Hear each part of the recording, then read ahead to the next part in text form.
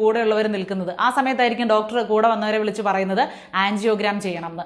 ആ സമയത്ത് അപ്പോൾ കൂടുതലൊന്നും നമ്മൾ ആരും ചോദിക്കുകയോ പറയുകയോ ചെയ്യില്ല. എന്ത് വേണമെങ്കിലും ചെയ്യൂ, ജീവൻ രക്ഷിച്ചാൽ മതി ഡോക്ടർ എന്നേ പറയൂ. അപ്പോൾ ഡോക്ടർ പറയും 3 ബ്ലോക്ക് ഉണ്ട്, എത്രയും വേഗം ആൻജിയോപ്ലാസ്റ്റ് ചെയ്യണം.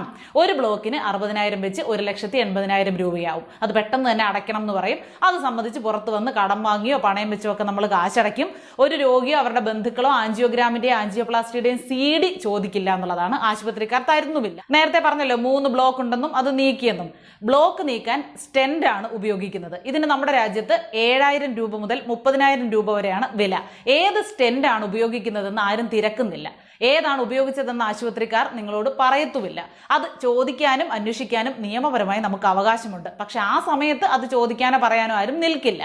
ഉപയോഗിക്കുന്നത് ഇൻഷുറൻസ് കവറേജ് ഉള്ള സ്റ്റെന്റ് ആയിരിക്കണം. അത് അങ്ങനെ ആയാൽ വലിയൊരു ഗുണമുണ്ട്. അത് പലർക്കും അറിയാത്ത കാര്യമാണ്. ഉപയോഗിക്കുന്നത് ഇൻഷുറൻസ് ഉള്ള സ്റ്റെന്റ് ആണെങ്കിൽ 6 മാസത്തിനകം വീണ്ടും ബ്ലോക്ക് ഉണ്ടായാൽ അത് നീക്കാൻ 1 രൂപയും കണ്ടെത്തേണ്ടതില്ല. 1 വർഷത്തിനുള്ളിൽ ഹൃദയ ശസ്ത്രക്രിയ വേണ്ടി വന്നാൽ പോലും അതിനും 1 പൈസയും ചെലവഴിക്കേണ്ടതില്ല. അതെല്ലാം ഈ സ്റ്റെന്റ് കമ്പനി ഇൻഷുറൻസ് വഴി ചെയ്യും. അത് അവരുടെ കടമയാണ്. പക്ഷെ സർക്കാർ ആശുപത്രി ഒഴികെ മറ്റൊരിടത്തും ഇത്തരം ഇൻഷുറൻസ് ഉള്ള സ്റ്റെന്റ് ഉപയോഗിക്കാറില്ല. ഉപയോഗിച്ചാൽ ചെയ്ത ചികിത്സാ കാര്യങ്ങളൊക്കെ കമ്പനിക്ക് നൽകേണ്ടി വരും. അപ്പോൾ ചികിത്സയിൽ നടക്കുന്ന കള്ളത്തരം നടക്കില്ല. ബ്ലോക്ക് നീക്കാൻ നിങ്ങളിൽ നിന്ന് വാങ്ങിയത് നിങ്ങളുടെ ജീവിത സമ്പാദ്യത്തിലെ പരമാവധി തുകയാണ്. ഒരുപക്ഷെ ഉപയോഗിച്ചതോ ഇൻഷുറൻസ് ഇല്ലാത്ത സ്റ്റെന്റ് ആയിരിക്കും.